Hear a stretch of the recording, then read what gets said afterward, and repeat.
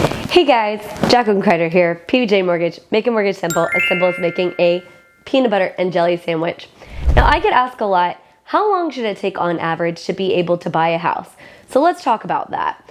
Usually I will tell you it's on average about a 3-month process, and sort of let me tell you why. The reason that it's a 3-month process is step one, you need to kind of set up a plan. Have an idea of what you're looking for. In what you're looking for, a budget, that's a really big one, right? You need to know how much money are you willing to spend? How much money do you have? You need to make sure that you have an idea of, what kind of area you might want to be in, how big of a place you want to be in, things like that. Once you have some of those kind of initial things figured out, then you want to go and you want to talk to a mortgage professional and get pre-qualified, pre-approved. This is going to tell you what you want to qualify for. Can you actually qualify for it? Can you qualify for more? Can you qualify for less? What does that look like? The other thing you need to look at is like a needs versus a wants list, compromise list, right? So what are the things you have to have? What are some of the things you want? This list might change a little bit over the course of time, but you need to go ahead and be able to have that list so that you're going out and you're looking at properties, you know exactly what it is that you want. You also have to look at what basically where are you at now and what's going to happen there. So do you need to get out of your lease or is your lease almost up, right? If you're renting, if you're not renting, if you're needing to sell something, what time frame do you want to look to sell in? Things like that. You're also going to have to find a real estate professional. That's a very important piece of this process. Sometimes the mortgage professional that you've been working with, they can help you. Maybe you already have somebody in mind, but that's going to be incredibly important in that timeline. Then you're going to need to give yourself a little bit of time to house shop. Sometimes people go out there and they find something they love right away. Sometimes it takes them a little bit of time. Sometimes the market is super competitive and you may put in a few offers before you actually get one that's accepted. So you definitely want to make sure that you have a little bit of time for that kind of process to transpire. I recommend that you do things like drive through the neighborhood, get a feel for the areas you're looking at, right? Make sure that you really look at it online. When you get that MLS search, that drip coming to you, that you really kind of take a look at it and you understand exactly what that looks like so that you aren't wasting your time unnecessarily going out and viewing houses that you really don't have any interest in.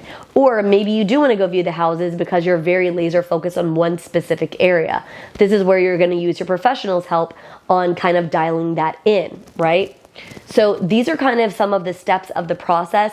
Once you get under contract, then typically a contract is going to take roughly 30 days to go ahead and get closed. So the reason that we kind of say 3 months is it may take you a couple of days, a week to go ahead and get yourself planned out and kind of have an idea, right? Then it may take you a couple of days, a week to get yourself pre-qualified, pre-approved by a mortgage professional because you may want to do a little bit of your due diligence there, right? Then you're going to want to go through the process of, okay, now I know what roughly I can qualify for.